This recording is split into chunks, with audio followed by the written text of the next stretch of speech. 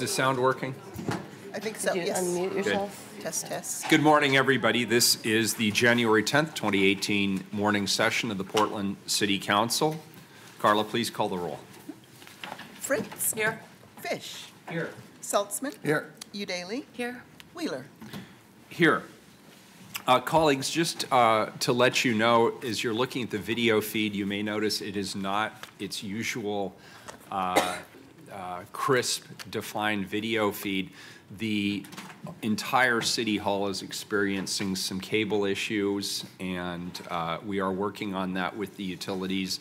It's my understanding that closed captioning does work and will continue to work, but you're not going to see the same kind of video quality that we've seen previously, and we're working on that, and we'll get back to where we are as soon as we have that sorted out with the utilities. The purpose of the council meetings is to do the city's business, including hearing from the community on issues of concern. In order for us to hear from everyone and give due consideration to matters before the council, we must all endeavor to preserve order and decorum at these meetings. To make sure the process is clear for everyone, I want to review some of the basic guidelines, which I hope will make everybody feel comfortable, welcome, respected, and safe at the meeting, and to also ensure that decorum is maintained for everyone. There are two opportunities for public participation. First, we have an opportunity for people to sign up for communications to briefly speak about any subjects that they wish to address. These items must be scheduled in advance with the clerk's office. Second, people may sign up for public testimony on the first readings of resolutions and ordinances. If you sign up, your testimony must address the matter being considered at the time. Please state your name for the record. We don't need your address. If you're a lobbyist, please disclose that. And if you're here representing an organization, please identify the organization. Individuals have 3 minutes to testify unless otherwise stated. When you have 30 seconds left, the yellow light's going to light up, and when your time is done, the red light will come on. Conduct that disrupts the meeting, for example, shouting or interrupting other people's testimony or interrupting during council deliberations, is not allowed. People who disrupt the meeting face ejection from the meeting. If there is a disruption, I'll issue a warning that if any further disruption occurs, anyone who is disrupting the meeting will be subject to ejection for the remainder of the meeting. Anyone who fails to leave the meeting after being ejected will be subject to arrest for trespass. If you'd like to show support, please give a thumbs up. If you don't like something, you can do a thumbs down. Thanks. Let's get started with council communications. Carla, it's my understanding that all 5 communications today are from the same group, and so we'll call them all up together if that's okay. Okay. First one's item 28, request of Maria Barahona to address council regarding the boycott, divestment, and sanctions movement. 29, request of Carol Landsman to address council regarding city divestment from businesses that don't meet standards for social responsibility. 30 is request of Olivia Catby Smith to address council regarding city divestment from corporate securities. 31, request of Rod Such to address council regarding occupation-free Portland. And 32, request of David Newman to address council regarding occupation-free Portland. Come on up, and it's my understanding that you'd like to present in a different order than you have signed up, and that's fine. So however you want to orchestrate it, you have 3 minutes each. Please just state your name for the record. And maybe we could pull 2 more chairs up if you just want to grab some chairs on the side. Thank you. Thank you. We need a couple more chairs. They're on the way. On the way. Yeah.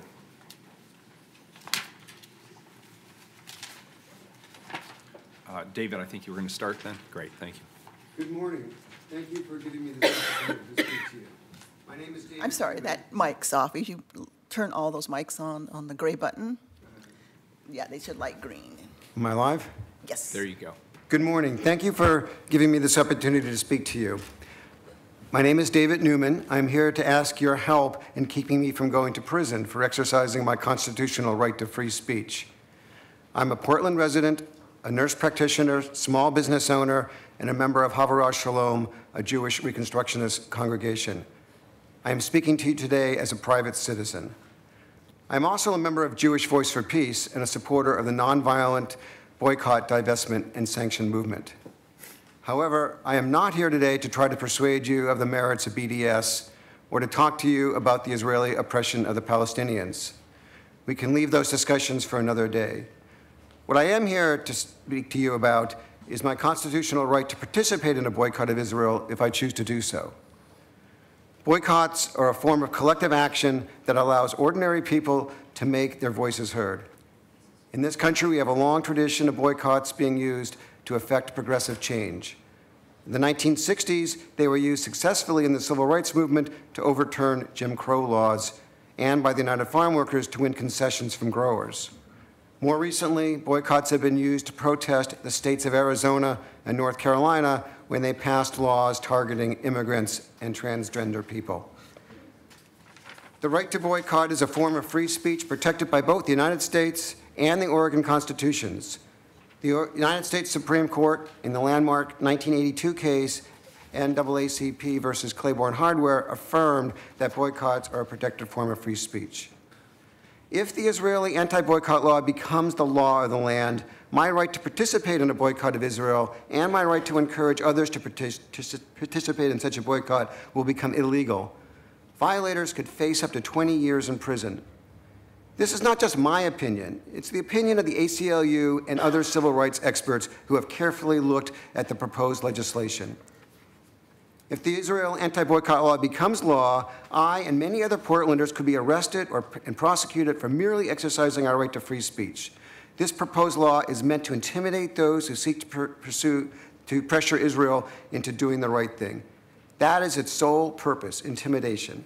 It would have a chilling effect on nonviolent forms of direct action.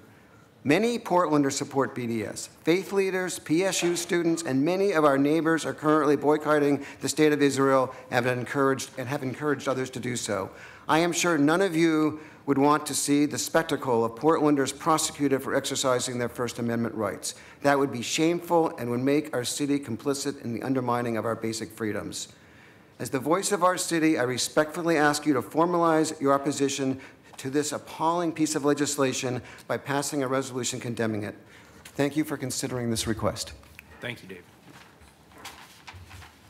And Maria, I think, wanted to speak next. Is that correct? Very good. Hello, my name is Maria Barahona, and I'm a member of Jewish Voice for Peace. I just want to clarify, I will not be speaking about the Bureau of Development Services. 6 months ago, I visited Palestine and witnessed the catastrophic situation of the Palestinians living under Israeli occupation. As a result of this experience, I have become a supporter of the boycott, divestment, and sanctions movement. I experienced the occupation through the many checkpoints where Palestinians stood in line for hours as part of their daily routine, through the separation wall and road blockades that divided communities, families, workers, and even our team. Perhaps what most impacted me was my visit to the Nasser family farm, roughly about 100 acres, 6 miles southwest of Bethlehem. In 1991, the Israeli government declared the surrounding area, including the Nasser's portion, as Israeli state land.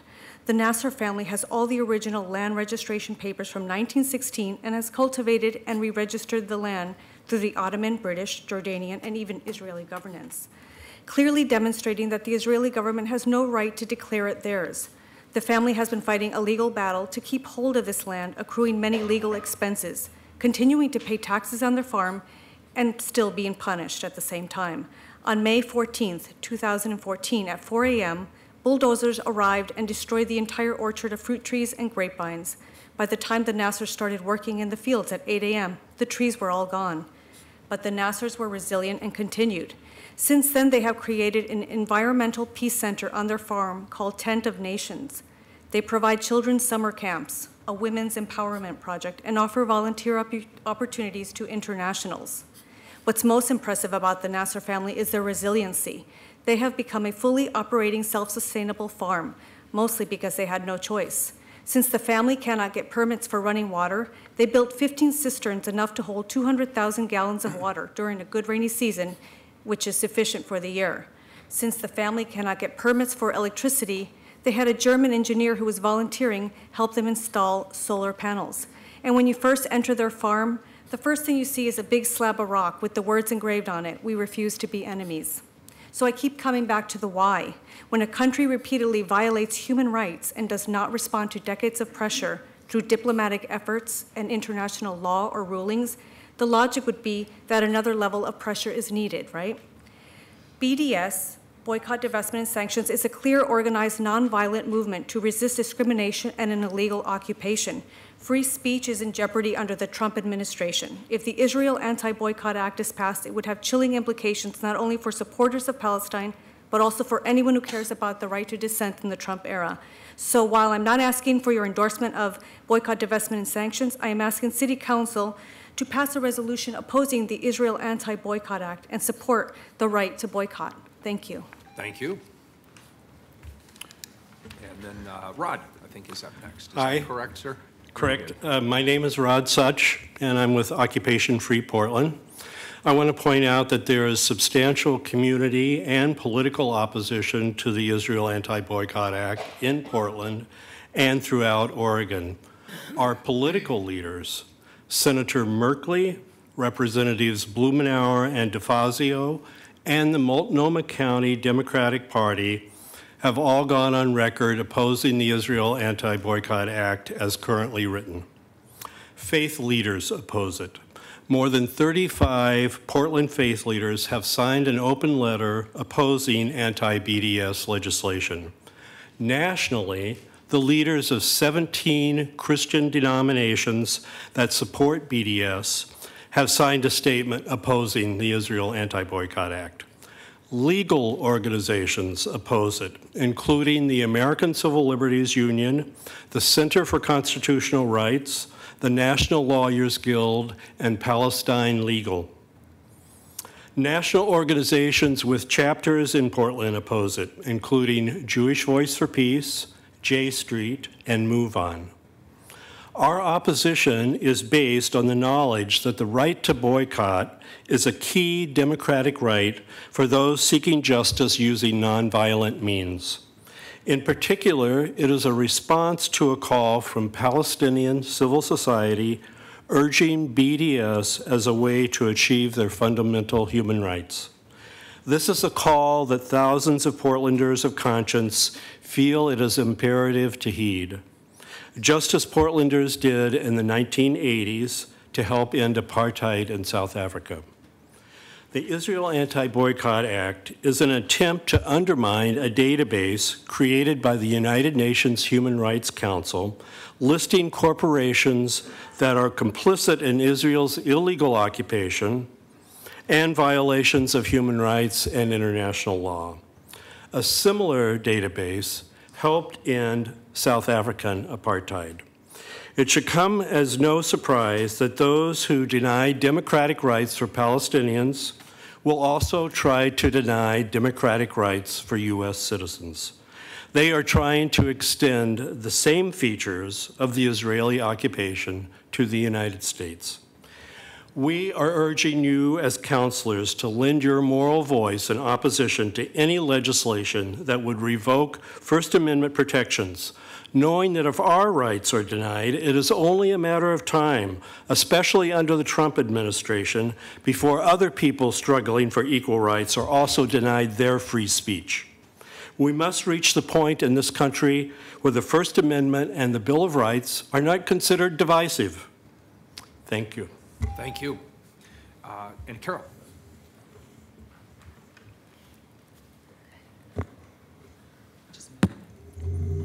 Very good. Thank you. My name is Elizabeth Shepard. I'm filling in for Carol Landsman, who was not able to come. I support very strongly what the other people have said, and as David pointed out, and Maria and Rod, but I want to especially emphasize my support for the right to boycott, and mainly because I just recently read a post from the American Friends Service Committee that they are on that list, blacklist, and which seems ridiculous to me because they have a long history, over 100 years, of supporting peace and justice in a nonviolent manner They are very anti-war. And I know that from personal experience because my ancestry is mainly Quaker, although I'm not Quaker, but my sister is. And I found out from reading that recent notice from AFSC that they exercised an a boycott against, it was called free produce movement before the Civil War to support or to boycott against food that was produced by slave labor. And there are also many other instances of nonviolent protests that the Quakers and others have exercised as the previous speakers spoke about.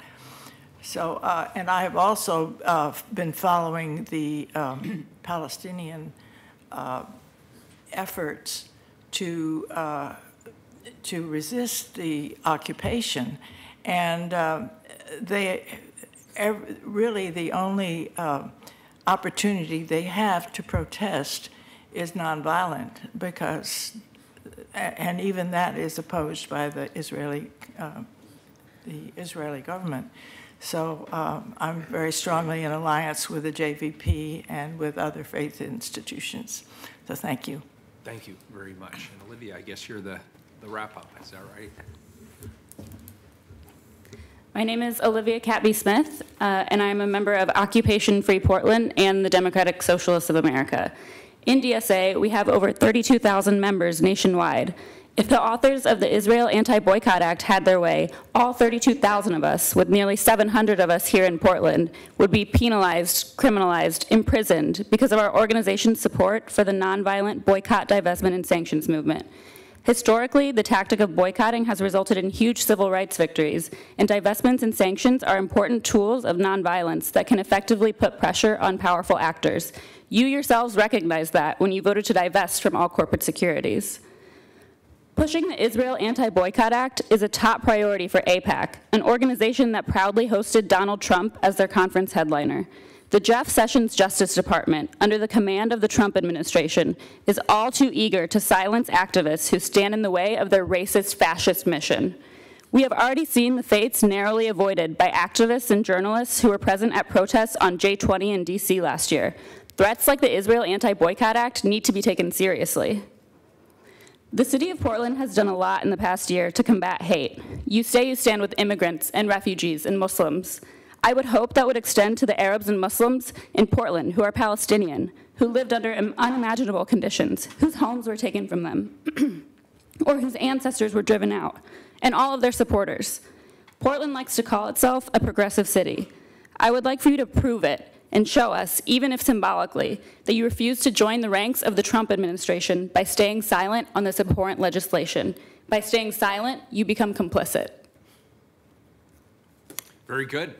Thank you.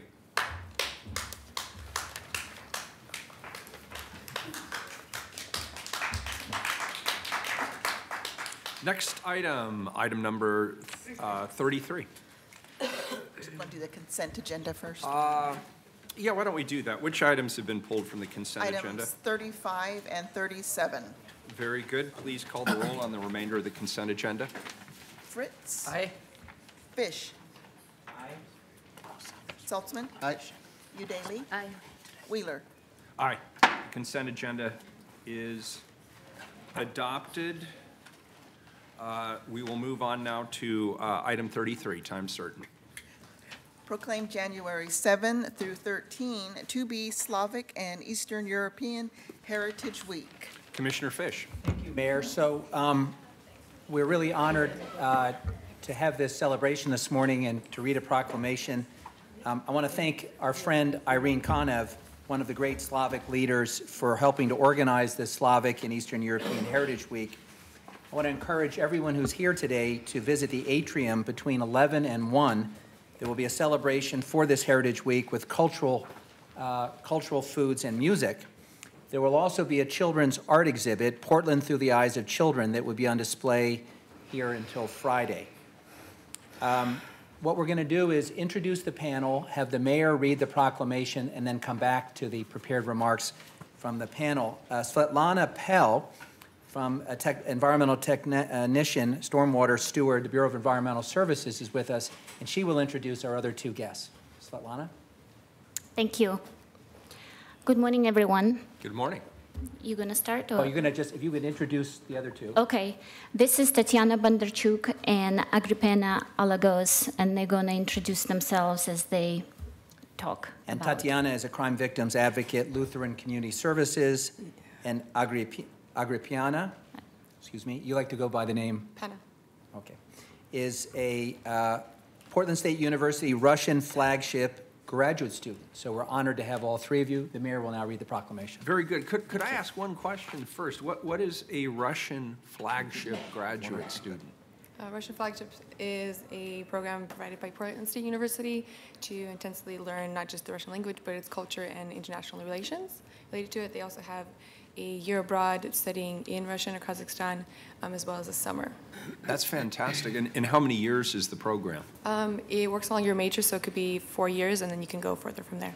That's great. What an opportunity. Great. So I will read the proclamation. Whereas Slavic and Eastern European Americans are one of Portland's largest immigrant and refugee communities, with over 150,000 people in the greater Portland area. And whereas Slavic and Eastern European Portlanders can trace their ancestry to 15 countries in the former Soviet Union and 14 other European countries with unique languages, dialects, cultures, and histories. And whereas the city of Portland has many Slavic and Eastern European employees and a Slavic empowerment team that works to build a more inclusive and diverse workforce. And whereas the Slavic empowerment team shares culture and art with city employees through celebrations, displays, performances, and whereas Portland is a welcoming, inclusive, and sanctuary city that celebrates its growing diversity. And whereas the city of Portland is proud of its relationship with all members of the Slavic and Eastern European community and will continue supporting their professional and economic advancement. Now, therefore, I, Ted Wheeler, Mayor of the City of Portland, Oregon, the City of Roses, do hereby proclaim January 7th to January 13th, 2018 to be Slavic and Eastern European Heritage Week in Portland, and encourage all residents to observe this important week. Thank you. So now we'll go back to the panel. Good morning, everyone, and thank you for having us.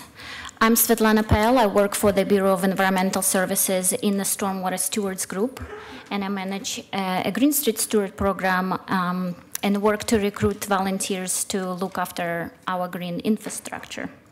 I also help co-lead the Slavic Empowerment Team, or SET, as we call it. SET is an affinity group sponsored by the diverse and empowered employees of Portland. SET supports the City of Portland's diversity efforts by providing Slavic affiliated employees with opportunities to promote cultural awareness, empower each other, share expertise, and support professional development. Our goal at SET is to build relationships between the city and the Slavic community by making the city more diverse and responsive to the need of all residents. Slavic Empowerment Team provides 3 key services to the city and the Slavic communities. First, we work to help build a more diverse workforce by helping Slavs to apply for volunteer and paid city positions. Second, we inform the Slavic community about city policies, projects, programs, and community grants by volunteering to translate information from the city into the Russian, Ukrainian, and other Slavic languages. And finally, we work to educate the community about Slavic culture by hosting public displays of Slavic culture and by encouraging participation in the annual Portland Slavic Festival. It is with great pleasure and pride I reflect upon the accomplishments of SET during the team's second year, SED has successfully engaged city staff and the community by creating public space that celebrates city culture. Last year, we showcased 2 cultural displays that highlighted traditional Slavic clothing, art, and food, and organized a cultural celebration promoted by a local Russian newspapers and radio station, with live performances by local Slavic musicians Chervona and Natalia Baranova. And I would like to say thank you, and next, Tatiana Bondarchuk will speak. Thank you. Good morning, everyone. Morning. My name is Tatiana Bondarchuk, and I would like to raise my voice to support Slavic community. And I will tell my personal story. I born in Russia, in Moscow region. My family and I face persecution from the government because of our faith. I came as a refugee to the United States with 2 children in November of 2000, knowing only 2 English words, yes and no. I experienced cultural shock, separation from my family, lack of English language skills. But in 2001, I was able to get a part-time job at the Lutheran Community Services Immigration Counseling and Advocacy Program when I worked for 5 years and serving Russian-speaking community members. But in 2006, my position was closed and I got laid off because of grant ended. I was broken, I was going through the divorce because of domestic violence in my family, my car was stolen, I had limited English skills, I was a single mom with 2 children. I decided to go to college. In 2007, I was able to get an on-call job at Domestic Violence Coordination Office when I learned in a county level everything about domestic violence. In 2008, I was able to graduate through the Portland Immigrant Leadership Training sponsored by the Office of Mayor of City. In 2009, Lutheran Community Services got a grant, Portland Children's Levis Grant, when I started working as a case manager of child abuse intervention program among Eastern Europeans, when I served 100 families and 350 children who've been abused and exposed to violence. But ironically, in 2012, the grant ended and I got laid off again. Also, my position at Domestic Violence Coordination Office ended and I got laid off. Ironically, in one day, I lost 2 jobs. I decided to pursue my degree. I went to Portland State University, and in 2013, I graduated with the master's degree in social work. In 2015, I've been accepted to U.S.-Russia Social Expertise Exchange Fellowship, and I went to Russia when I worked in 5 cities on domestic violence prevention, belonged to the Gender Equity Working Group. When I back to U.S. in 2015, I got an on-call position at Safety First Supervised Parenting Time Center when I served in supervised visits for domestic violence cases.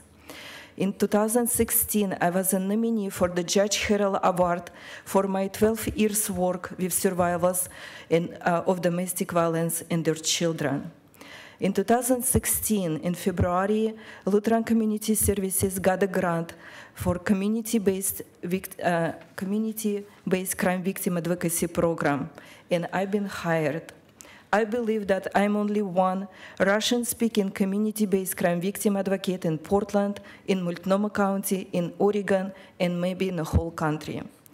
Your grant in the past that you provided to nonprofit organization helped me to get where I am now. I'm serving 1,000 members from Slavic community. Every month, I'm doing my live stream /radio /Facebook /YouTube TV program on prevention different type of crime in the city of Portland. And I would like to say thank you to the Office of Mayor of City, to thank you to Office of Neighborhood Involvement, to Independent Police Review, to Commissioners Amanda Fritz, who support Slavic youth, to Dan Saltzman, to Commissioners Nick Fish, and my big thank you to the Chief of Portland Police. 40 officers from the Portland Police have been attending my TV program during last 2 years. where we are educating Slavic community on different type of crimes, such as sex trafficking, gang violence in Portland, hit and run investigation, and more.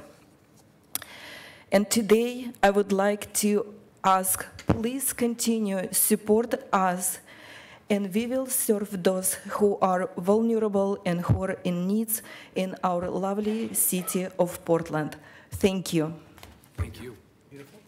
And just as a footnote to that, since you mentioned the Police Bureau's participation in the program, I attended the most recent swearing-in ceremony for our new police officers. And they have to go through an extensive training period before they'll actually be out on the streets.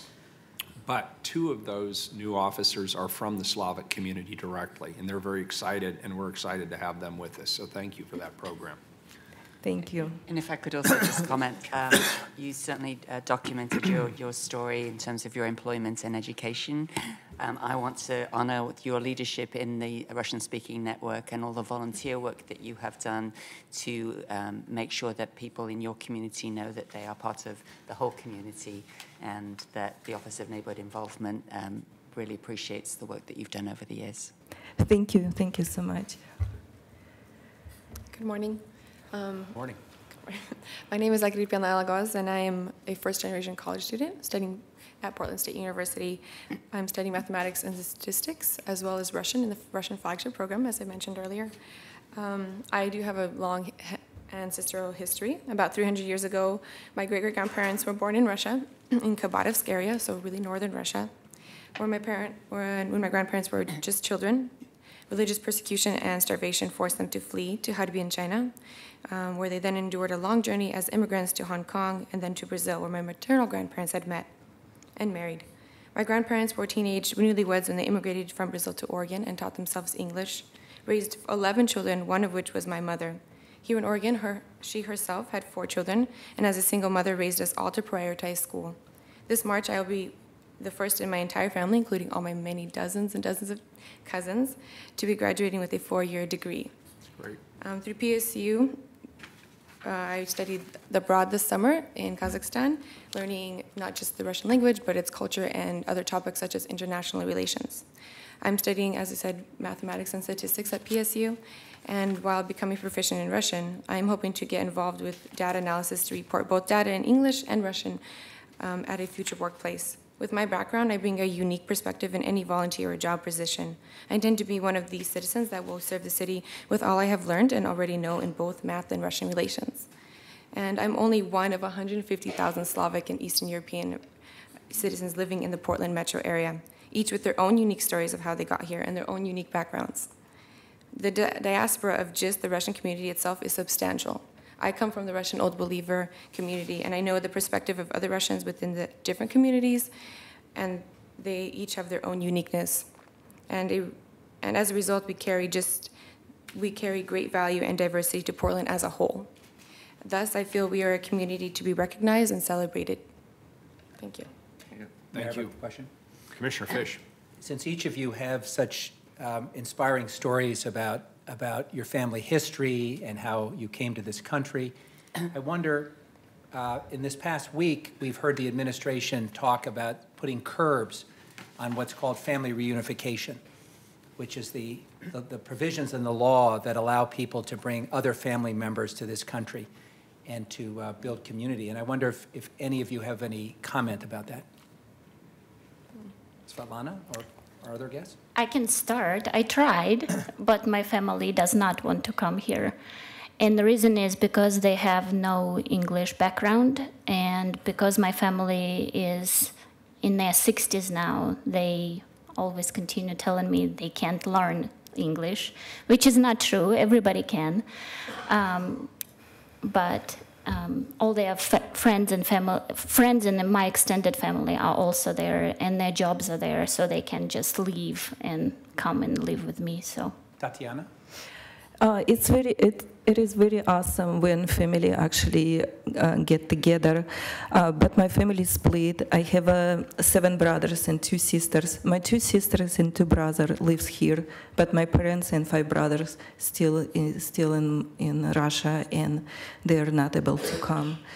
And yeah, it's very complicated. But since we have awesome technology right now, we have a Skype, we can call, so we still have communication. Thank you. Mayor, a photograph? Sure. Well, if you wouldn't mind, we'll just come right down in front. We'll take a picture.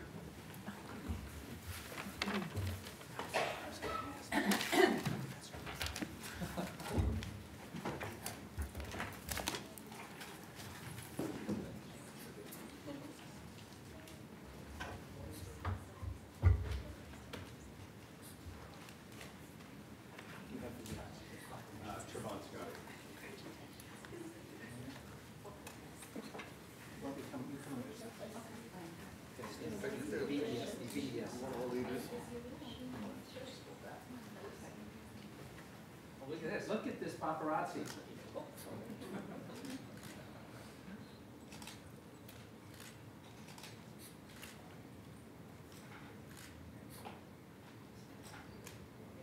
And one more.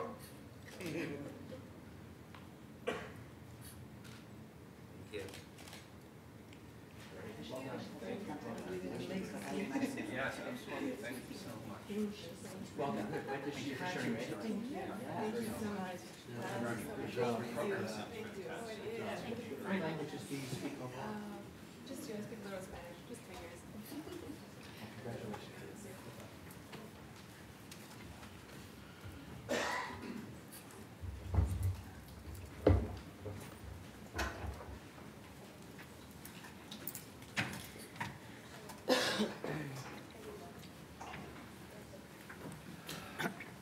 All right, we'll move on to item number 38, please. 38, amend intergovernmental agreement with Portland State University for the Hatfield Fellows Program for Training and Leadership Development to update the amount per fellow to $40,000. Colleagues, I'm pleased to support this program. The bureaus benefit from the expertise and energy of these bright fellows citywide, and you're personally familiar with many of them. I'm grateful to have one such fellow in my office who works on issues related to emergency management. That's Elizabeth Perez. This action is very narrow. It updates the per fellow to $40,000 and the total contract threshold to $1.2 million. Here to present is Gail Baird, Training and Development Manager for the Bureau of Human Resources. Good morning, Gail. How are you today? Good morning. I'm very well. Thank you, Mayor Wheeler and commissioners. So this will be an amendment to our current master contract, which updates the amount per fellow sponsored by the bureaus and also the total dollar amount.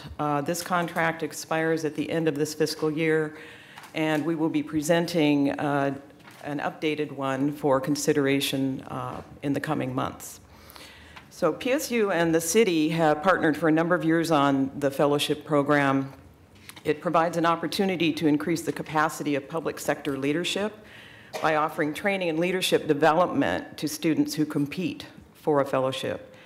Each fellow is sponsored by a city bureau. They serve an 8-month stint, typically working on a unique or specific project. And I would just mention that I've had the pleasure to work with Elizabeth Perez on training for the warming shelter volunteers most recently, and obviously very high quality work being done there. So we accomplished a lot in a very compressed period of time. The sponsoring bureau provides a scope of work that describes the project goals and deliverables expected, and many of our fellows have in the past progressed on to regular employment with the city in one capacity or another. So happy to answer any questions that you have. Commissioner Fritz. Commissioner Fritz. I know this is an excellent program. I was just struck, however, that it's a $1.2 million program for 20 fellows. So with $40,000 per fellow, that would equal 30 fellows. So that seems a pretty high administrative cost going to Portland State University for administering this program. We only pay this as it goes, so it is paid out of adopted budget appropriations that are available to each bureau. Right, but the information is, that I think you just gave us, is that we're going to be increasing the number of fellows to 20. No, No? it's not my understanding. I had the same question, Commissioner. What I was told was, and you can correct me if I'm wrong, that what we're doing here is just setting the 5-year procurement cap on how much can be expended, but this doesn't mean that there will be those. It still is subject to decisions as to whether to have a Hatfield Fellow, and then I believe that goes through the budget process. Yes, that is correct, Commissioner Fish. The total amount for this contract, and again, it expires in 2018, will be, actually it's 19 fellows, and the money is not spent unless a fellowship is accepted by a bureau. But that's the numbers then don't add up, because 19 fellows times 40,000 does not get you to 1.2 million for this year. So the current amount this year, we have $240,000 for this year's participation. And so if we look at that over the 4-year period, it does come to close to 1.2 million. Let me ask the question a different way. How much do we pay to Portland State University in administrative costs for this program? The administrative cost is, we pay to Portland State, and I would just mention, they remain the employer of record, so they pay all of the other administrative and employment-related costs for the fellow. So the sponsor fee is $40,000. The fellow receives $24,000 as a stipend. So this 1.2 million for the current fiscal year is for up to 30 fellows. Is that correct? That is the total amount over the 4-year period. Since 2014, since the original master IGA was entered into by council. Okay, so then the title of the ordinance is misleading, because it says the total contract not to exceed 1.2 million for financial year 17-18. That's the total contract amount. It's a not to exceed over the 4-year lifespan. So perhaps it could have been worded differently. I would agree with that. Okay, thank you. Certainly. Further questions for Gail? Is there any public testimony on this item?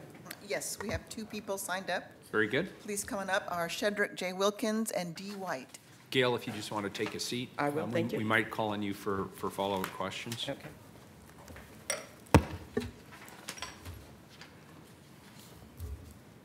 Go ahead, Cedric. Yes, I'm Shedrick J. Wilkins, and I'm a PSU alumni, and sometimes I question whether I should have spent that much money there, but I do highly commend respecting the life or memory or honor of Senator Mark Hatfield, who was a senator for 30 years, governor for 8 years. He was, like I say, a Republican, but very liberal. I have his book. I read his book all the time. It's a good history class of how, like I say, he basically started out in the old days where Oregon was a wood state, you know, making timber, to a state with a bunch of dams on the Columbia River that supplied electricity for Tektronix and high tech. I mean, this guy was really, his life is just amazing. And he always tried to make sure that Oregon was involved with the space program. In fact, his son was friends with Buzz Aldrin, who landed on the moon, Mark Hatfield's son. I love his book. It's like he is Oregon, you know, at the time. And amazing person. And I take, as a PSU grad, I will step aside and just say this is money well spent. Thank you, Cedric. Good morning, Dee. Hi, I'm Dee White. It doesn't matter where I live anymore.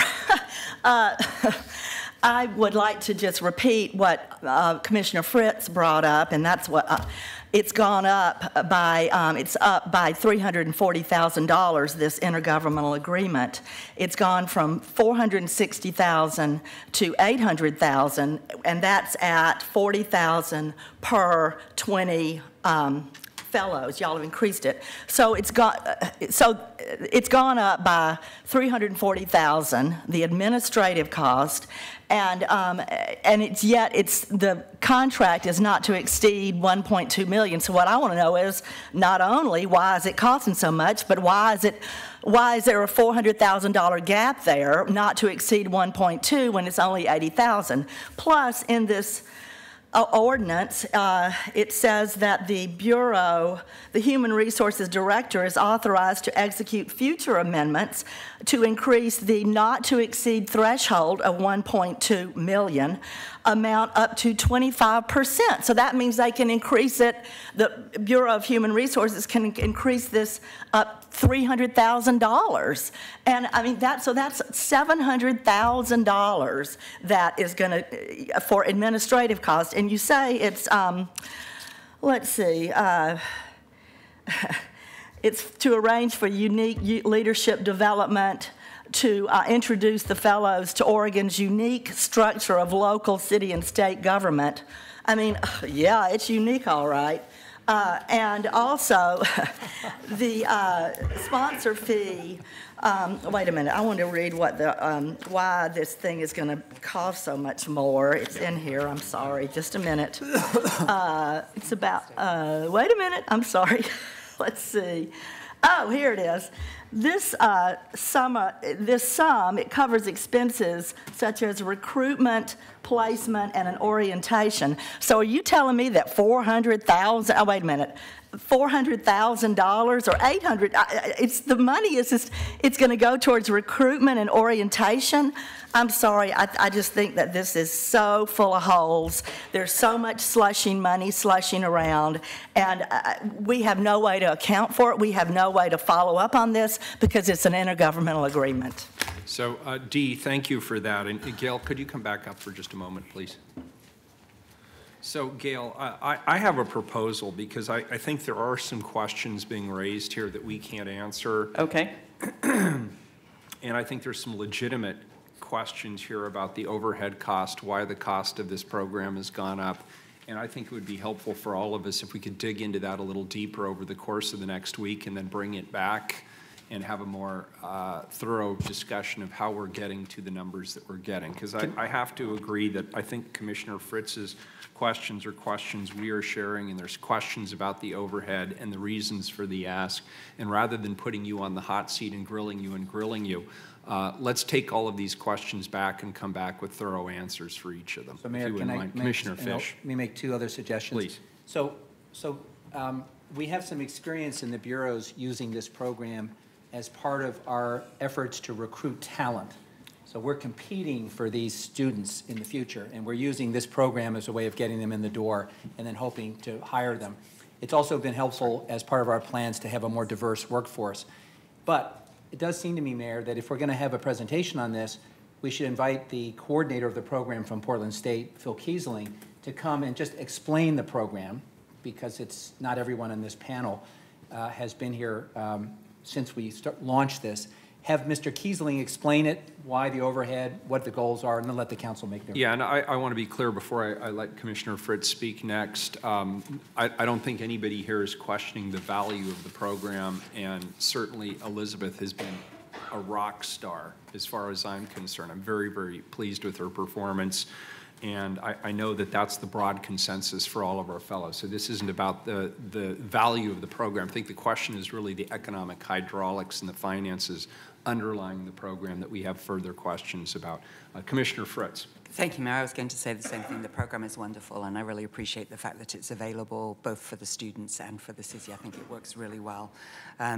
The questions I had arose from the impact statement that were provided, where it does say that this is for 10 to 20 people for a total of 1.2 million for this fiscal year. So that's the clarification that I need. Certainly. Because I'm not seeing it in the rest of the documentation either about, was it for a longer period of time? So, Mayor, we're going to set this over until next week? Yes, please. And does that work with you, Gail? Yes, absolutely. Could you come back next? Certainly. I appreciate that. Okay. Good. So don't be alarmed by a two-step process. This is often how we operate, just to get to the nut of the questions that we have, and then we can come back and be thorough about it. Okay, certainly. Thank you very much. Thank you, and thank you for everybody who testified on this as well. Next item, item 39, please. Declare city property located on Southwest Broadway and Southwest Grant as surplus and authorize its disposition. Commissioner Fish. Mayor and colleagues, today is the final step in a lengthy process we've gone through of property disposition with the goal of saving the historic Morris Marks House. We are pleased to support the good work of our community members, especially Rick Michelson and Karen Carlson. Mike Stewart, Director of the Portland Water Bureau, and Tom Klutz, Portland Water Bureau Property and Acquisition Services Manager, are here to make the presentation. Gentlemen. Good morning, Mr. Mayor, Commissioners. We are here today with a good news story. What we're asking here is authorization to complete the sale and all the necessary documents of a 4,700 square foot piece of property. But as with all Water Bureau property, there's always an interesting story that goes along with them. I think you have this set of slides. The first picture is where it's at. PSU's been in everybody's name today, so in the upper right of that picture is where PSU is. So, Mike, what slides are you talking about? Let's hold off until Carla has a chance to hand them out.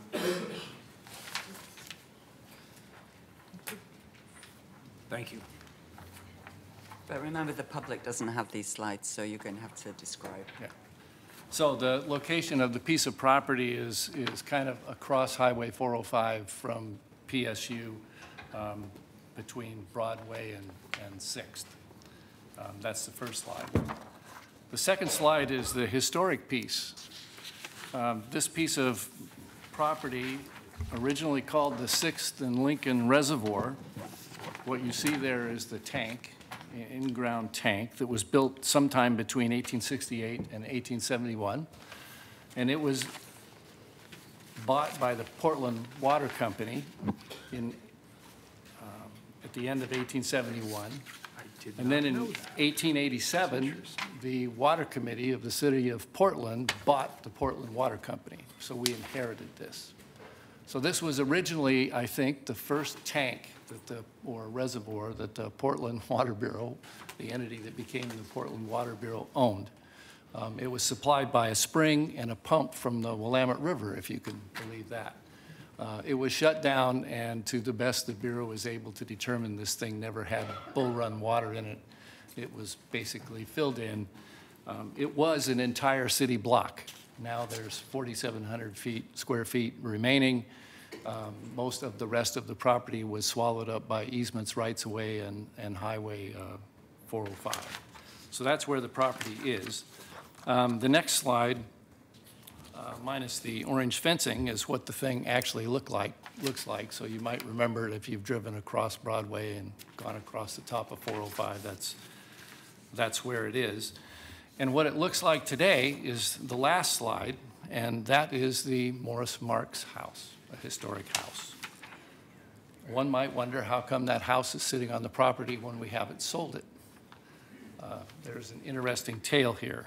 In 2016, Mayor Hales and the Parks Bureau, who at the time thought they owned the property, made arrangements to save the Marks house because there is going to be big construction projects at PSU and it would be gone.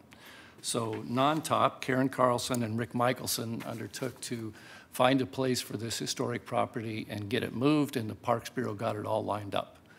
And in winding our way through all the documents, we find that the property had a checkered history. It was bought by the Water Bureau way back when, 2 centuries ago, in the 2nd century ago. It was set up to be sold to the Parks Bureau twice in the 1920s, and the bill was never paid, so the property remained on the Water Bureau's rolls. Eventually, an ordinance was passed that allowed the Parks Bureau to operate for a park, but the ownership remained with the Water Bureau, and it was buried in the language, and nobody saw it. So at the end of 2017, right after the new mayor, we picked that project up. Parks Bureau had done a lot of great work to save this historic house. We basically picked up from there and organized to work with Karen and Rick to get this property moved. These processes take quite some time, as you can imagine. There's lots of title research and so on. We couldn't get all the documents done in time to allow the house to move because PSU has a large construction project underway to do some renovation and build a new building. So we worked with the PSU Facilities Department, and they helped us out. And our way to handle that was we did all the internal workings that you need to do to dispose of property internally. There's an administrative rule that allows us to not advertise the property publicly if it's in the public interest. We felt this was in the public interest. We have the backing of our commissioner, obviously, and the city attorney's office in that, and we decided to use a market report from an appraiser and the tax roll price, $180,000, to sell the property. Because the building had to be moved before we could complete all of this, we executed a lease with Non-Top that protects both them and the city. And so right now, the Marks house is sitting on the property by lease. And in accordance with this ordinance, we have about 30 days to finish the final details and file title and so on. There's 3 or 4 easement and dedication documents that will be included in the title and the final documents. These documents are prepared, and what we are asking you here today to do is to allow us to finalize that sale. The sale price is $180,000, and the form is going to be roughly what you see in the sale documents. Any questions I can answer? Mike, let me just add one other historical footnote. I found a book on historic structures of Portland, and I learned that the Morris Marks house has moved at least twice.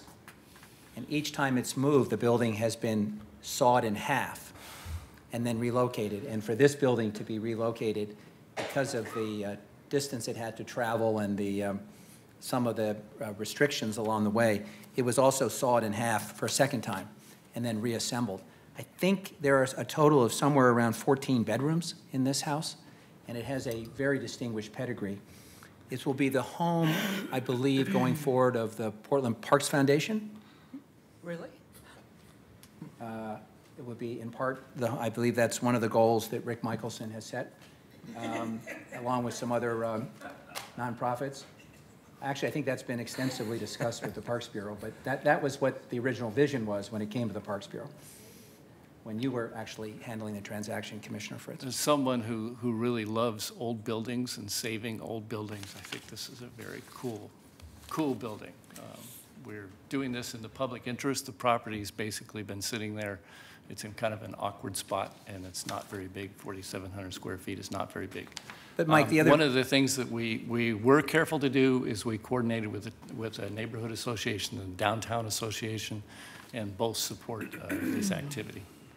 So just to be clear, the parties that wanted to make this happen covered all the costs of transporting the house, and we've determined that $180,000 is a reasonable value for the piece of dirt that this has been located to, correct? Correct. It's based on an appraisal and the tax value. And we are going to retain a number of easements because of things that are happening underneath that piece of dirt. Yes, the easement documents are all prepared, and they'll be filed. We have an easement and a dedication for PBOT. We have an easement for BES, who has a sewer line in the vicinity, and we always have a water line there. So we'll make sure we protect the city's interest in this. Okay. It also connects the Green Loop. There's a Green Loop easement for PBOT as well. Okay. Any other questions? Beat me to the punch. Very good. Public testimony, please. Yes, we have one person signed up, Joe Walsh. Coming up, sir. Yes.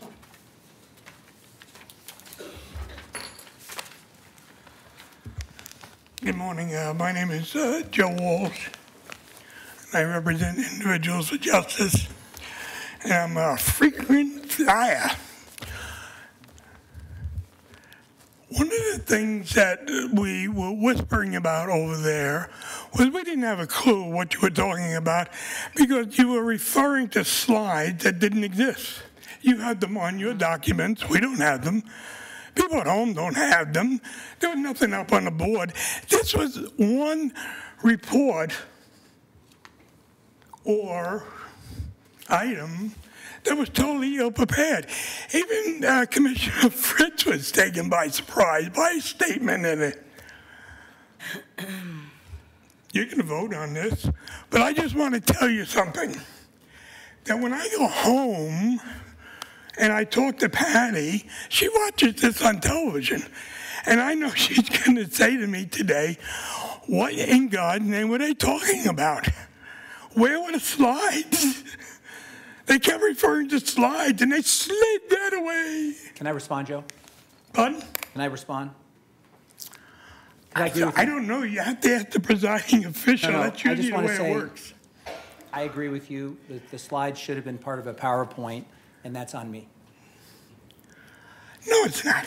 It is. I reviewed and You approved can the cover for your presentation. staff, but usually I defend staff also. I like staff.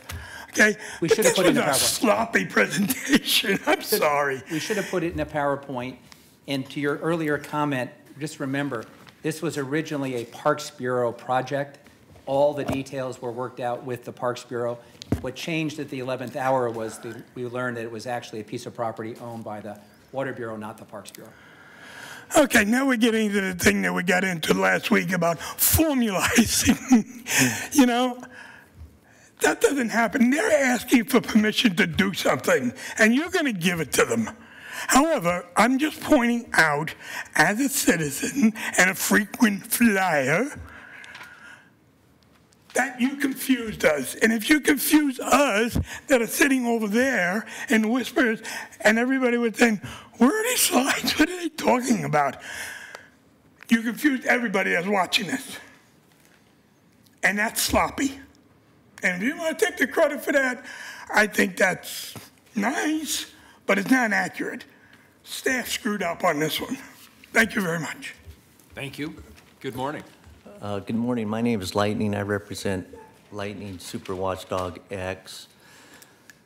I do agree. I don't think there's been enough information provided. The statement of slides, nothing again was provided to the public. So to make that statement and not provide that to the public in a public forum such as we're in. Lightning, can I just respond to that for a second? Absolutely.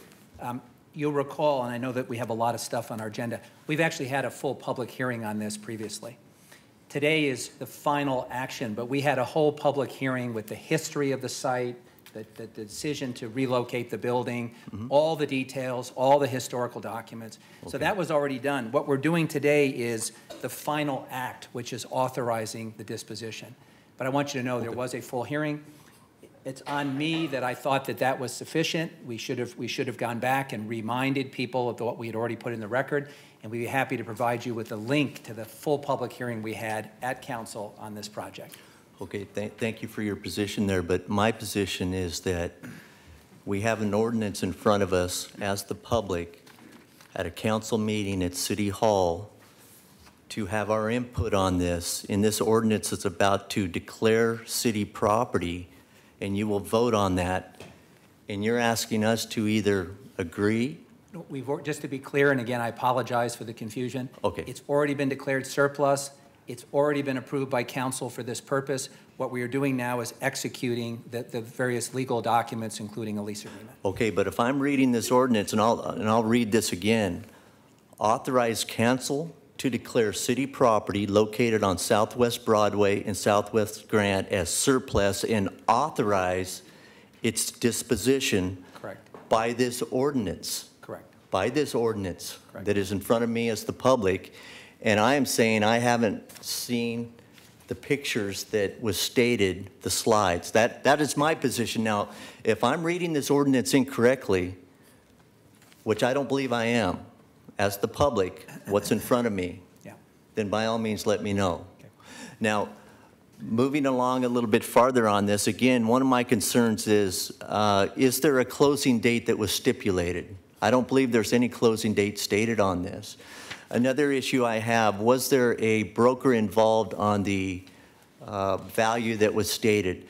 who does the broker represent? Is it dual agency, single agency? Is there a broker receiving a commission on this? It's very important to me to understand who are they representing.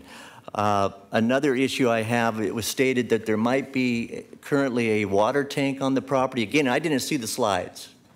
Once upon a time, it was a reservoir. There's no longer. There's nothing there. Okay. And we have pipes underneath the property, but it's no longer a reservoir. Okay, so there's no tank on the property, is that correct? Correct. Okay, and that's one of the things I wanted to have clarified on this at this meeting, if there was any historic significance to that particular tank in the history of it, to have it remain there. Again, my main concern is to make sure we receive the proper value for the property. Again, you've stated in this agreement on the lease itself that the lease payments would be reverted back to the overall price itself in the agreement. Now, I disagree with that. If you're receiving a lease payment on the property, that should be retained by, quote, the seller and not be taken back to the original sales price. Now, maybe I'm reading this agreement incorrect, but it's my understanding you're saying the lease payments will be applied back to the sale price. Right. Again, what's the point of doing a lease if you're not going to receive that income for your time until they close on the property? They don't own this property as of today. They will not own this property. And again, that's why I've asked, when is this property going to actually close? And that's very important to me on the lease payments and where that money ends up going. Is there an actual closing date on this property? Yes. Yes. So, well, are you finished with your questions? Yeah, if you could answer that. So, thank you. Lightning, there's Exhibit A to the ordinance, which is in the public record. Yes. At page 2 has the closing date, which is 30 days from the date all the conditions have been satisfied. So it's a normal closing process. It has a deposit, balance due, and then it has all the contingencies that have been worked out. That's in the document that the council today is approving. And it specifically says at the top of page 2, under subparagraph 2, closing date, it sets the time for the closing date. What time is that? It's 30 days from the date all condition precedents have been satisfied or waived. Okay, if I might add on that, if all conditions aren't satisfied, are we going to also expect them to pay additional amount of money to extend this time? We'll ask. That's a good question. Okay, so I want it closed. You've stated in 30 days. I want it closed in 30 days, all cash funded at that time. But no, this has been consistently something you've raised at council about leases and payments, so I appreciate it. And whatever I can't get you an answer today, we'll send you an email with the answers. Okay, thank you for your time. Thank you very much, Leighton. No. Put it on the table, and when we bring staff up, we can, just put the question on the table, and then when we bring staff up, we can ask him the question. Go ahead. Go ahead. Please. Okay. Commissioner Fish, I'm just curious. Put your name in the record, please. Sorry, this is, my name is Mimi Gurman.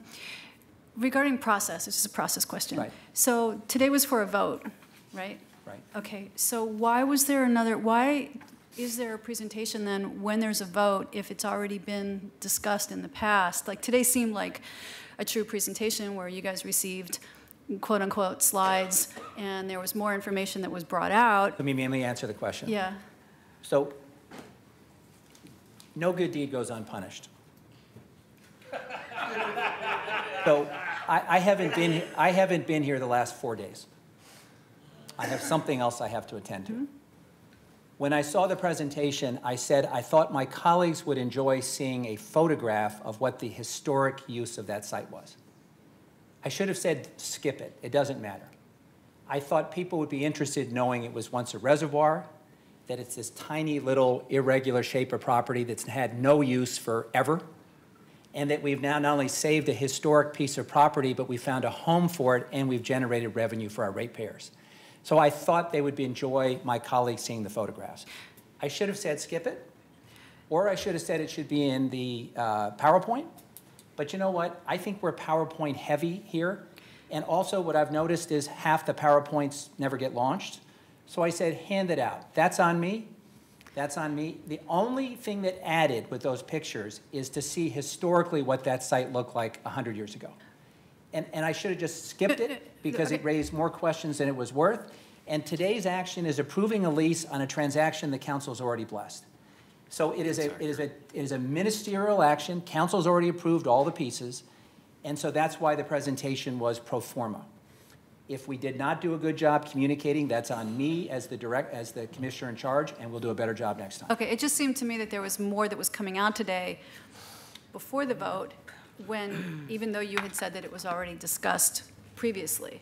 All of those details were previously discussed, but what I have learned, and Mimi, this is a good lesson, that if there's an interval of a week or 2 or 3 or 4 between actions we take, we might as well treat it as a new matter. Because most people are busy lives, they don't remember all the details. So we'll go back and we'll give that sort of 101 of how we got here, and then present the matter. And I think that's fair criticism. Okay, thank you. That was Good it. strategy. Thank you. I think it's good for criticism. Thank you. Mike, did you want to come back up and No, answer I don't think so, some? Mayor. We're ready for a vote. Well, Oh, we're not voting. This is just going to second. So if you want to do. I'd just like to make a comment. Commissioner Fritz. I believe this is going to second reading next week. It's no surprise to me. I don't think we need any more information, really, honestly. Really don't need more. What I would suggest, Commissioner, is when you finally execute this contract, could you get me a copy? Because I'm going to take it to the site and take a wooden stake and drive it through the contract. Because you started your involvement in 2016. Mine goes back to, I believe, 2007. It could even have been 2005, when I was given a house party by Dr. David Cutler and his wife Nancy, and they brought this Maurice Marks house to my attention at that time. So throughout my time in office, I have been looking for a solution to this, and we've had multiple different opportunities. I want to particularly thank not only my current staff, Pooja Bhatt, Christina Nieves, Tim Crail, but my previous staff, Patty Howard and Tom Bizot, who have all really worked a lot on this, and also Rachel Wiggins in Mayor Hales's office, who pretty much devoted her last year, it seemed like, or maybe more than that. So thank you to the City Attorney's Office, thank you to your staff. This is actually a good thing that we're getting done here, preserving this historic building.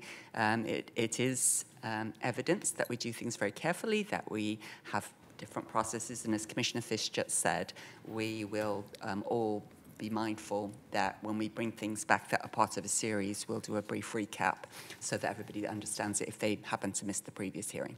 Thank you. And I will be holding the incense as she's driving the stake through the, there's 2 things I want to add. And first of all, I deeply appreciate the feedback we got today. I agree with it. So let's be clear. I agree with it. But let's be clear, because what we often hear in testimony from some of, Mr. Walsh refers to himself as a frequent flyer, and he has interesting things to offer from time to time. And one of the things that's here, I think, really interesting, is that we met multiple community objectives through one action. We took a piece of dirt that was laying fallow for a long time, that was not usable for many purposes because it had so many things going on underneath it. We found a way to preserve a historic structure. A group of private citizens stepped in and spent $1 million to relocate it and cover all the costs at no public expense. We negotiated a sale price which was deemed to be a fair price. And in the short term, we had a lease agreement so everyone's rights and responsibilities were clear. And it may very well be the future home of a number of distinguished enterprises, including the Portland Parks Foundation. So that's all good. But there's one piece that Commissioner Fritz left out. Because this thing hit not just a bump in the road, it hit a brick wall. And it wasn't going to happen. And that's where Todd on my team stepped in once we learned that it was no longer a Parks Bureau property and it was a Water Bureau property. And then we had a very limited period of time to act because the clock was running. And had we not acted quickly, this building would have been demolished because of the development that was happening in the PSU campus. And that's where the magic happened. Great groundwork was laid, but Todd Lofgren and others and the Water Bureau, working with other sister bureaus, moved mountains to save this building. So to me, this is sort of a happy ending story. We'll do a better job next time telling the story. So, Mayor, thank you.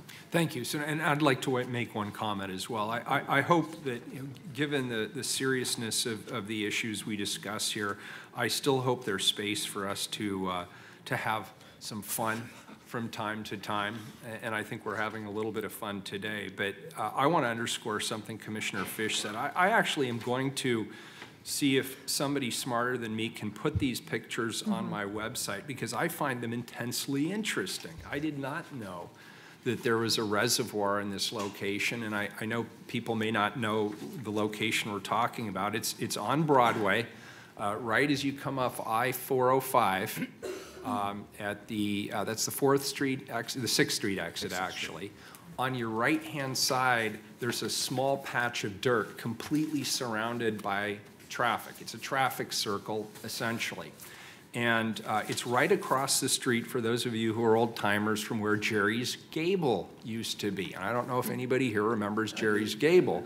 It was a great place, great Italian food, and it has something of an important historical footnote on it. That's where Bud Clark, as I understand it, was a waiter. That's where he started his career as a waiter prior to the Goose Hollow Inn, prior to being the mayor of the city of Portland.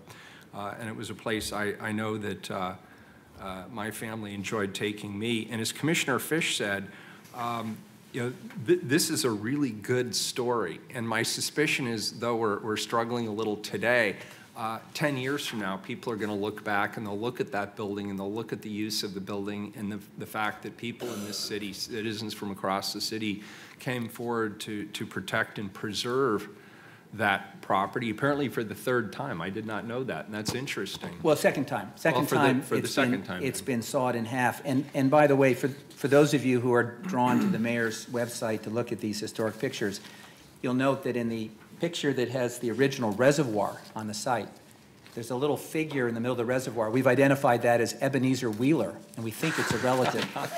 We think it's a relative. You know, the funny thing, Nick, is it's a relative. As I was looking at the historic photo, later arrested actually for peeing in the reservoir. You can't see it. We had that's another footnote of history. The thing that I actually immediately went to is the roads are covered with ice.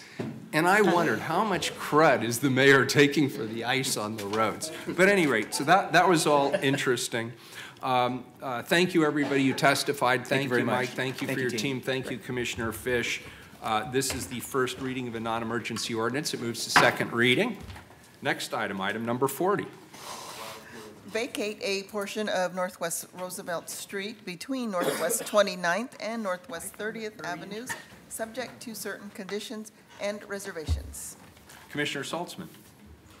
I will turn it over to our capable staff, Lance Lindahl. Thank you, Commissioner. Hello, my name is Lance Lindahl, PBOT Right-of-Way Acquisition. Before you today is a request to vacate Northwest Roosevelt Street between Northwest 29th and Northwest 30th Avenues. This vacation was petitioned by Cairn Pacific Properties, the current owner of the property located to the south of the vacation area. The property to the north of the vacation area is currently owned by the Bill Nato Company, and they are in full support of this vacation as proposed, and they are also in discussions with Cairn Pacific to sell the property to them. The reason for this vacation is to consolidate the adjacent properties for redevelopment. Cairn Pacific plans to construct 3 separate mixed-use buildings, a standalone retail building, and 15 townhouse units. 2 of the mixed-use buildings will be built over the street area, and construction is expected to begin later this year. The vacation area is currently paved, but it's not improved to city standards, and it's being used by an adjacent property owner as a privately managed parking and storage area. As a condition of approval for this vacation, the property owners have agreed to dedicate 6,272 square feet as public right-of-way. And this is along Northwest Nikolai Street to the north of the vacation area. And this action will correct for a past error in which a public sidewalk was constructed over private property. If there's any questions, I'm here to help. Just in line, thank you, Mayor, in line with our previous discussion, in the future, if you could come with a slide to show the map and maybe a picture, that would be helpful. Okay. I will do that. Thank you. Thank you. Further questions? Public testimony? No one signed up. Very good. This is the first reading of a non-emergency ordinance. It moves to second reading. Thank you. Appreciate it. Next item is the 4/5 agenda, 40-1. Authorize disposal of unusable surplus property and authorize an intergovernmental agreement to transfer property to City of Battle Ground, Washington. Very good. And we have Bob Delgizzi here today. Good morning, Bob. Good morning. Bob Delgizzi, Portland Police Bureau Business Operations Manager. Could you, well, I know somewhat about this, so I'll give an introduction and then tell me if I got any of it wrong. Very good. So this is the transfer of a single police protective vest, and it's going to Battleground, Washington. As I understand it, the vests are very specifically tailored to individuals. So they take lots and lots of chest measurements, and therefore these vests are not broadly usable by other people. However, in this particular case, we put the request out. The request was responded to from Battleground, Washington. They have a new officer who is just starting out, who this vest would fit. The vests, as I understand it, are fairly expensive if you do it brand new because they do have to be customized. So we have an opportunity here to transfer a perfectly usable vest to Battleground, Washington. And per our disposition policy, it has to come to the City Council. It may seem a little extreme to bring a matter to the City Council for one vest, but we are doing it nonetheless. Do we not have a de minimis floor that in our code? I mean, with the next, we could be next time discussing the transfer of a walkie-talkie that no longer is up to specification. Right? I mean, I'm serious. Is there a de minimis in our district? Commissioner Fitch, I think I can answer that question for you. The reason we're in front of council is because this is an intergovernmental agreement with Battleground, and that does require council authority. The intergovernmental agreement sets out the responsibilities and a waiver of liability for the city. On a vest? Yes. What's the value of this vest? So brand new, these vests are approximately $660, and they have a 60-month warranted lifespan, at which point they are destroyed. And this vest is about 10 months old. So why couldn't we just send a letter saying we offer this with a disclaimer of all warranties? In working with the city attorney's office, we determined that for this to be a binding agreement, it needed to be contractual, which would make it an intergovernmental agreement. Well, Mayor, I think there's another way to go about this, just to, I think a one-page letter with places for 2 signatures that simply disclaims any warranty or liability. And I think there also should be a mechanism for something like this, which we applaud. I mean, this is something we should be supporting. It doesn't require council action below a certain threshold. It just seems to me this is a lot of legal work and a lot of time for something that I don't see warrants this kind of attention. I will raise that with legal counsel. I think it's a good suggestion. Further questions? Commissioner Fritz. My understanding is the reason this is coming as a 4/5 speech, it wasn't even on the agenda, because normally, Commissioner Fish, this would have gone on consent and therefore not have had a public hearing unless pulled by somebody. But the urgency of getting this officer protective vest was deemed important, and I agree with that. All right. Very good. Public testimony. Yes, we have 4 people signed up. The first 3, please come on up, are Robert West, Joe Walsh, and Shedrick J. Wilkins. Proves the point there. Indeed. Proves the point. One-page letter, disclaimer of liability. Yes, sir. Yes, my name is Robert West. I'm with Film the Police 911, and I'd like to bring up something. The Portland Police have continually went to you guys and said, we need money for this and we need money for that. Now, all of a sudden, the Portland Police want to give things out. The vest is not usable for anybody currently within the Portland Police Bureau. We know who the class is that is in training that'll be available to come on duty within the next year. None of them fit the vest either. So there is no way to use this vest here in the Portland Police Bureau prior to the warranty expiring. Well, at least charge them something. I mean, we put out all this money for a vest. I mean, I can't even get a media card or media permit unless I put up $600. And you guys just giving a $600 vest over to Battleground, Washington. It's another town. You know, do they have money? Can they afford the vest? So we were actually going to dispose of the vest, and somebody suggested that we actually see if somebody could use it rather than landfilling it. And in this case, we found somebody who could use it. Well, you guys But yes, as an alternative, we could certainly toss it in the trash. Yeah, because you guys don't do that with other things. You know, very seldom. City tosses stuff all the time. Computers, laptops. You guys, Actually, we recycle it, but just so you know. I'm sure the vest could be recycled too. But I'm just saying that, you know, it's a shame to buy something and then just turn around and give it out to another city. It to me it seems wrong, and it seems irresponsible of city monies. Thank you. Good morning. Morning. I'm Cedric Wilkinson. I misunderstood the term vest or just one vest. I don't. If it was a whole bunch of vests, I don't think that's proper. But since it's just one, I think you could consider it a gift to and something that we would just throw away. So I support giving it to Battleground Washington. I misunderstood. I thought it was a whole bunch of stuff, and you're giving a whole bunch of stuff to Washington State. Well, like he says, well, they buy their own. Okay. Just one. Thank you. Good morning. Good morning. Again, for the record, my name is Joe Walsh. I represent Individuals for Justice. We were also confused on this, and the explanation of just one non-usable vest we're giving to another police department. That's what the wording is saying. This is non-usable vest. Why are we doing it? Why don't we give them a new one? I mean, why would we give them a non-usable vest? No, it's to be clear. To be clear, it's non-usable for us for the reasons that I just explained to Mr. West. It is not usable for the Portland Police Bureau because they are measured to specific measurements. There is nobody in the Portland Police Bureau who can use this vest.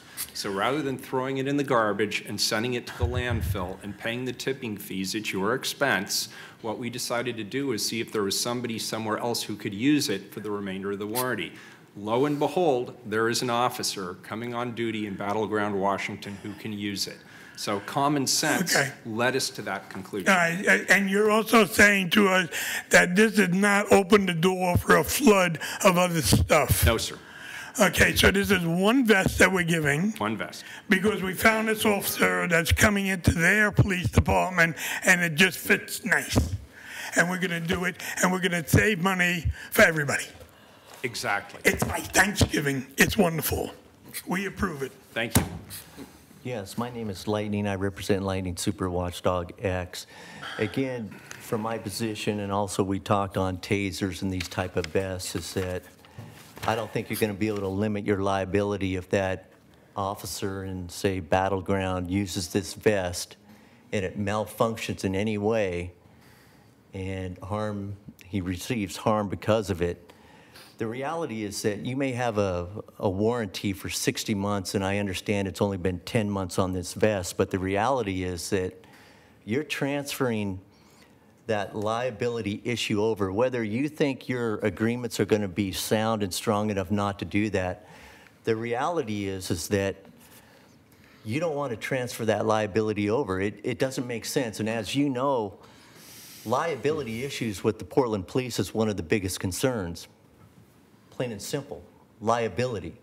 So when you transfer that type of equipment over, it shouldn't be transferred over. It should remain within the Portland Police Bureau, even though it was custom made for somebody, there's certain body size.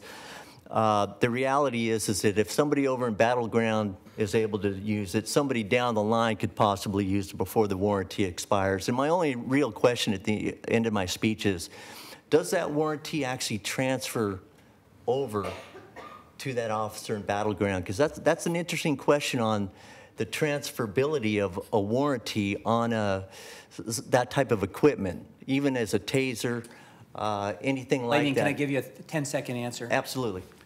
Because I don't know anything about the law on this, but I recently bought a used car, and we took it as is. Sure. And I am out of luck if there's any problem with the car. Absolutely. And the law is clear. I'm out of luck. I took it as is. Sure. And as long as no one made a material misrepresentation. Sure. And the law of the land allows you to do that. To give something to someone with a full disclaimer of warranty and rights, and it is then up to the receiving party to decide whether that's a good deal or not. But as long as we don't misrepresent the condition, this thing is the greatest thing ever, this thing is whatever, then the law is that it is the buyer beware, and the buyer takes it subject to the disclaimers. I'm not the lawyer on this, and we can spend a lot of time on the law, but probably this is another reason why this matter, I wish it was back on consent with something else, but that's the law of warranties. And your question about whether we should transfer property or not, it's a good question. You know, we transfer fire trucks to the Mexican, to a city in Mexico once they've reached a certain lifespan here. Sure. There's a valid public policy question about whether we should do that. We should have that discussion. But legally, we can do it without having any future liability, as long as we don't make any misrepresentations. Okay, I still have remaining time. My position, again, is when you brought up the term a car, even when a dealer sells a car, and he sells a car with not having proper brakes that work properly, and the family takes it out that same day, crashes, and they're killed, he is 100% liable for his actions because of what he did, 100% liable. So what I'm saying is when we're talking a safety vest, when somebody is shooting at someone and it malfunctions, to put yourself in that position to where you could be 100% liable for that action on one vest is, to me, foolishness from the city's position. And let me finish, sir. Absolute foolishness from a liability position. Now, granted, it may seem like you're doing something good and something kind, but you're not when you're talking this type of equipment. And if it malfunctions, and I can guarantee you, these warranties that they have in place on this, if you were to talk to these people that manufacture these vests, they would agree with me. They would say, you do not want to transfer this to someone else. You don't want to do that. We're in the business to do this. We have insurance that'll cover this, but you don't want to do it. It doesn't make sense to me from a liability standpoint. And I appreciate the person bringing this up to the council meeting today. I thought it was very informative and I appreciate it. Thank you. Thank you very much. Was there one more? One more, Edith Gillis.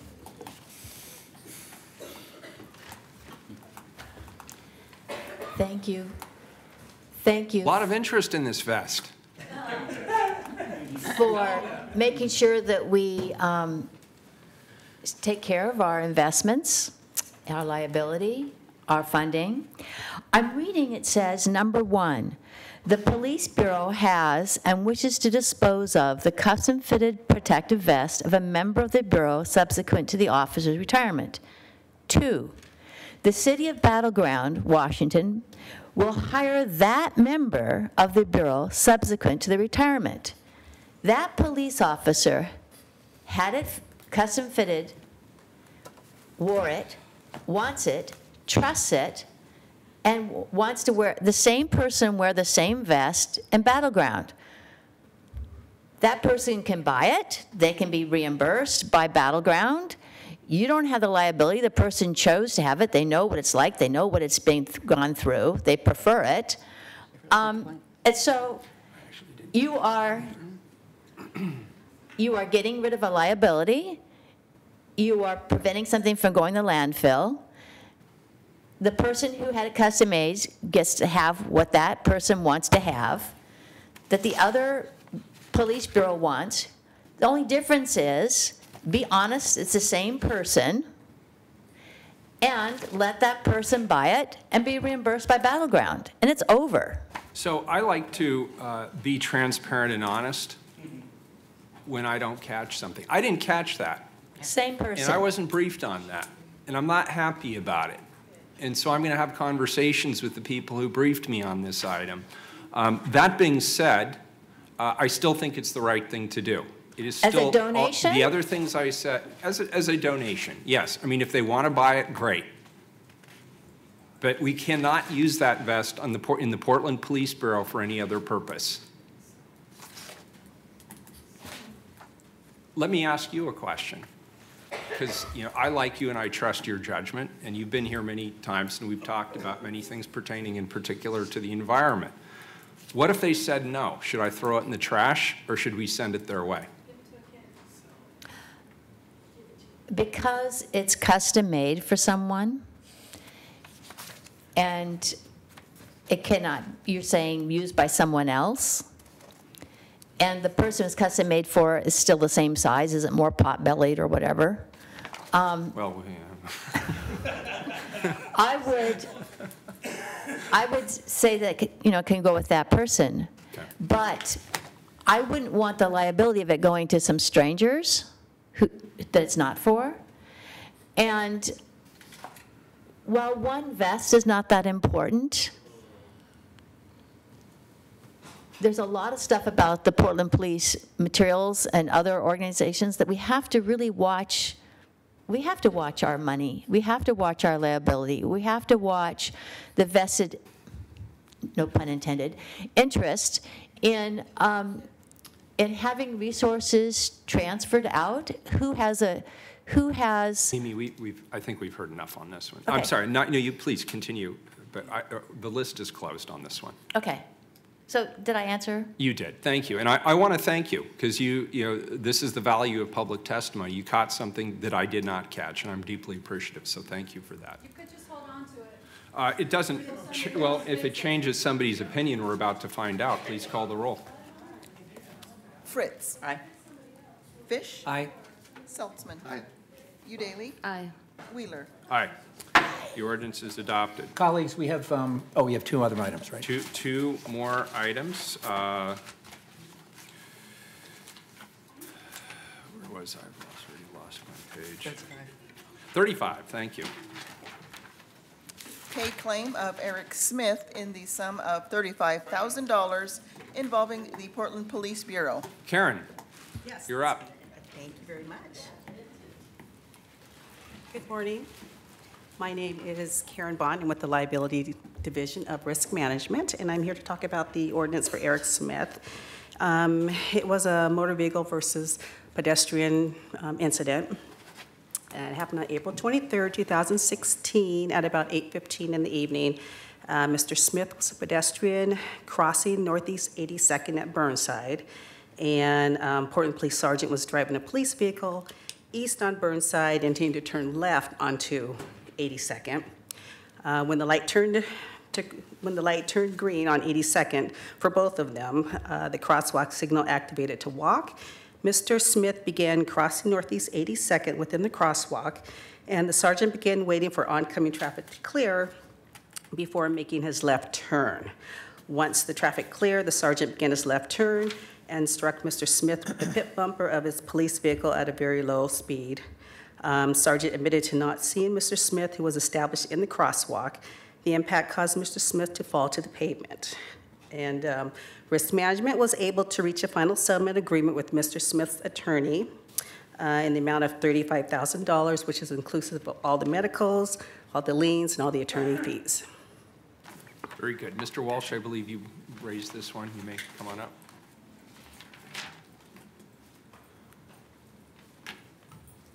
Thanks, Karen. Good morning. For the record, my name is Joe Walsh. I represent Individuals for Justice. We really pulled this item because it was under, again, consent agenda. And when we were reading the documentations, we came across a line that is bizarre. So we pulled it. And the line is on the second page, resulting from a pedestrian versus automobile vehicle collision.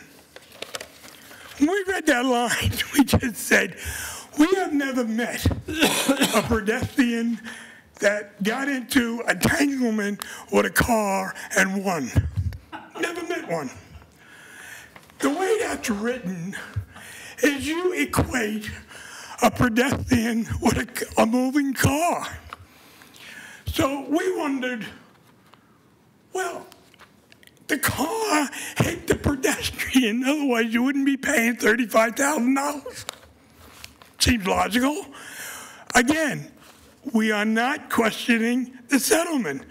We are questioning the protocols that you have and the language that you use. Why didn't you just say the car hit the guy? Or language clear. Guy was in the crosswalk, cop went to make a left turn or right turn, whatever it was, and hit the guy.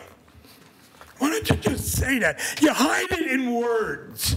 This line, whoever wrote it, had to be drinking or smoking or something, because it makes no sense. You don't have a human being against a car, and they're equal when they come into a smash. That's the way that reads.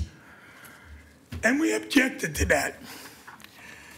So that's why we pulled this. We don't object to the $35,000. We don't object to the $1,000 over for the insurance company and all of that stuff. And I would like to point out, a lot of times we come and we are objecting to the protocol and not your staff doing their job. Okay? And you imply that, and that annoys me when you do that.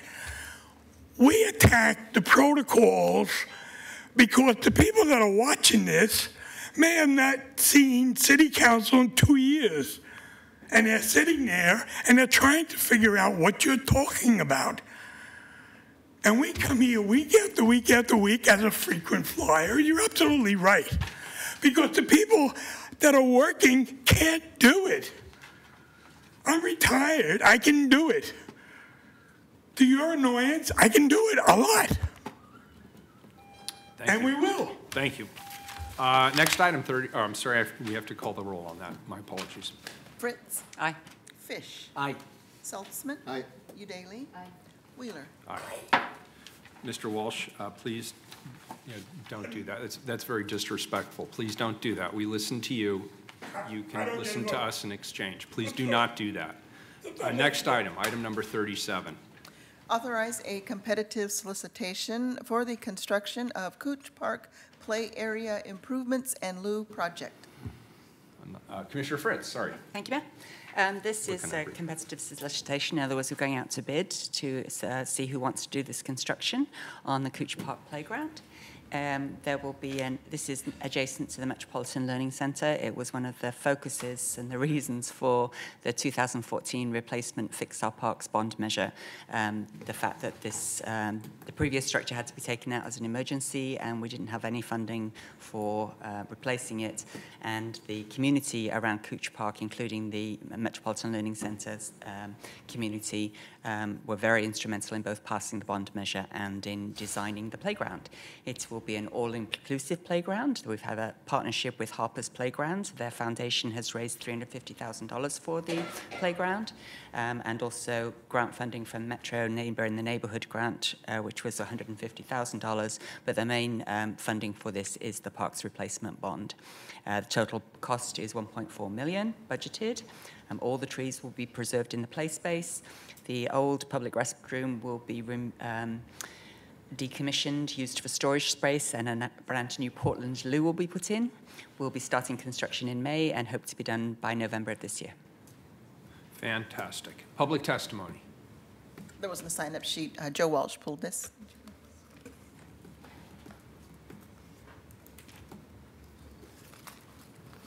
Again, for the record, my name is Joe Walsh. I represent Individuals for Justice. In the documentation, we were disturbed because a past council person created the loos.